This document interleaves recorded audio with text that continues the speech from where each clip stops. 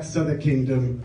Remember us, if at all, not as violent men, but only as the hollow men, the stuffed men. T.S. Eliot, I think, wrote that poem in despair at the tendency people have to mindlessly obey, mindlessly do what they're told, and mindlessly watch as their freedoms are curtailed and stamped on. That's why I think that I was very sorry to miss the last event that was held in this space, but that's why I'm very glad to be here tonight, because I think that we can all sympathise with the impulse that when we're told not to do something, there usually is a very good reason to go ahead and do it. So I first met Johnny, we were wandering over in that road, and we wandered into the art gallery and we started talking about the pieces of art and the subversiveness that they represent. And Johnny said to me, do you want to come over and talk a little bit about anarchism, and what anarchism might mean and what anarchism might mean today. I was watching a clip of Tony Benn the other day, and it struck me that as strident a socialist as Tony Benn could admit that the Labour Party is not, in Tony Benn's view, a socialist party. What Tony Benn said was that the Labour Party has always had socialists in it. And what he meant by that, I think, what he did go on to say, was that there's not really a perfect version of anything.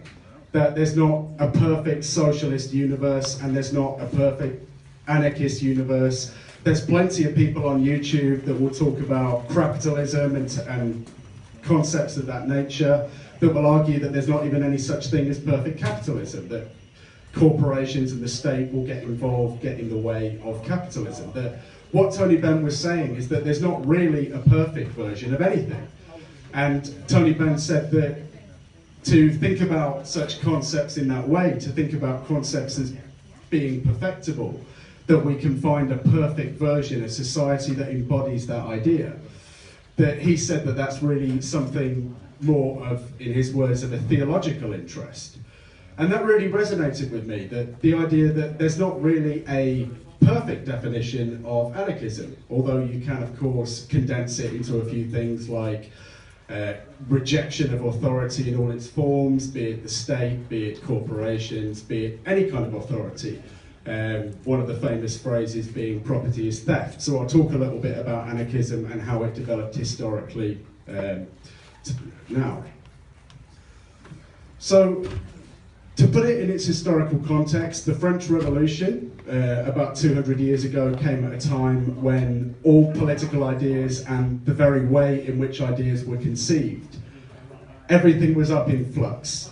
And the very first anarchists, at least in their modern form, came about during the French Revolution, the most violent, the most cutthroat groups and people.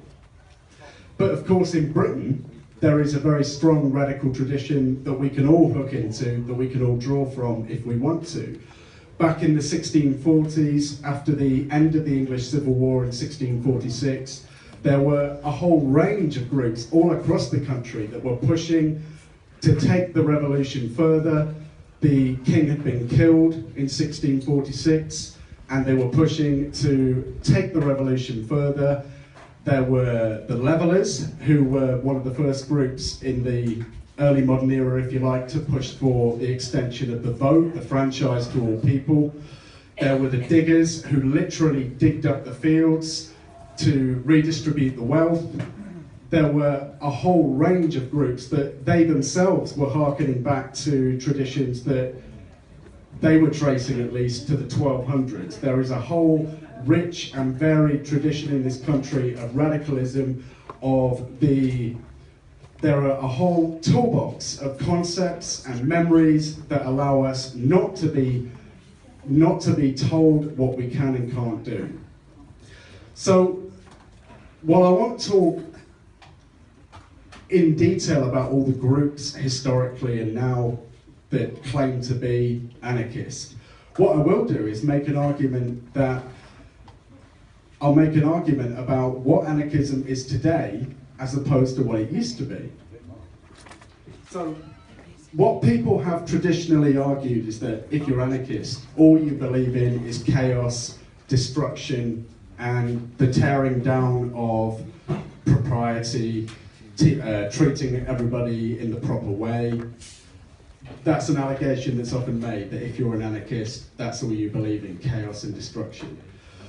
There may well have been a time, and this is what I'll argue, there may well have been a time when that was actually true, when the monarchy in the late 18th century, the early 19th century was very strong.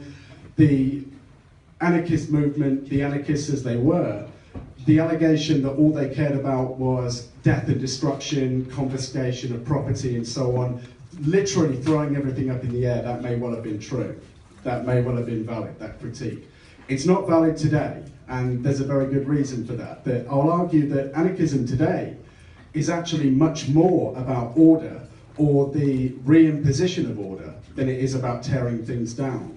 Why is that? It's because gradually, and this is an argument made by the so-called Frankfurt School in the 1920s and the 1930s, that the Frankfurt School argued that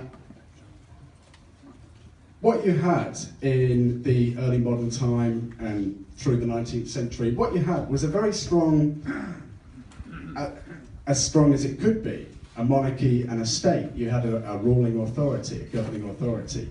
But there was a whole range of things in society, arts and culture, just like here tonight. There was a whole range of things, arts and culture, that by its very definition was outside the reach of the state, that back in those days, there was literally no way to categorize and retain information on everybody as there is today. Now they can, then they couldn't.